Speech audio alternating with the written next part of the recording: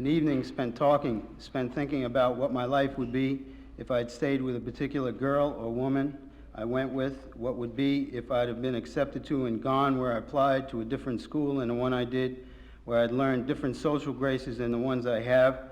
where some of the material values of the American dream had rubbed off enough to make me live it out in the good work sense. If I'd settled down and settled for the foundation on a house for future generations instead of assuming immediately past generations my foundation to mine. If I'd been a little quicker to learn what was expected of me and wanting to please, going on that way through all eternity. I've probably been saved from mere routines by a streak of stubbornness, by a slow mind and tendency to drift,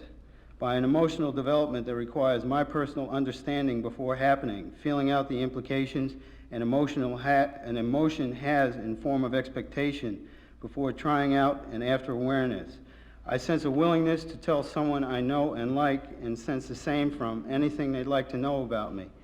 and at the same time have a vast sense of privacy, which means there's no way I'll wear out my personality and its sense of continuity, although sometimes I feel empty.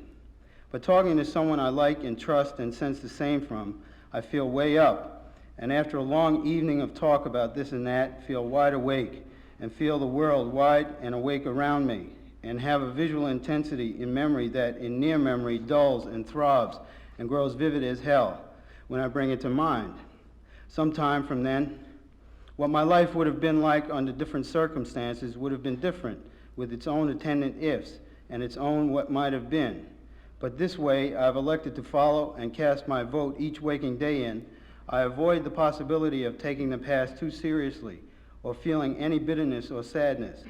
This way, when my ship comes in, I'll have passed out of mind beyond the sight of land and won't hesitate for a second to look back on all this with fondness or remiss.